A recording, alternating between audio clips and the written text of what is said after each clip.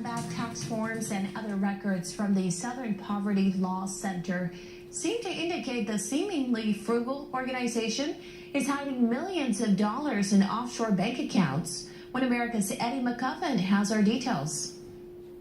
The Southern Poverty Law Center, which has successfully advocated for civil rights and public interest litigation for 46 years, may have finally found a way to end Southern poverty, stash millions of dollars in offshore accounts.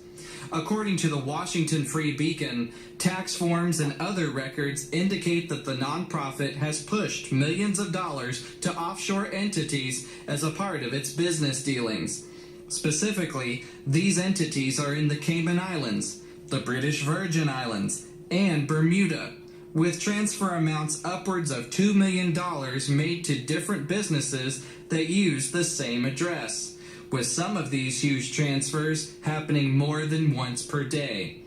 But beyond the acknowledgement on the organization's tax forms, it's not clear what those financial interests are and what it has to do with the organization's work in America.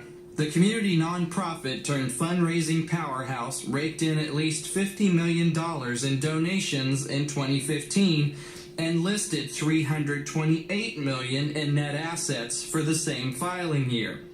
Records also show that directors and key people in the organization are paid six-figure salaries, arguably leaving little to be spent on the actual mission of the organization.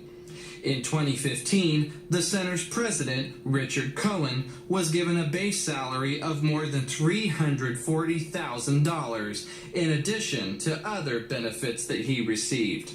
The same group who famously released a hate map listing the addresses of purported hate groups, which inspired a man to attempt the murder of staffers at the Family Research Center in Washington, D.C., recently released a list of 1,500 Confederate monuments.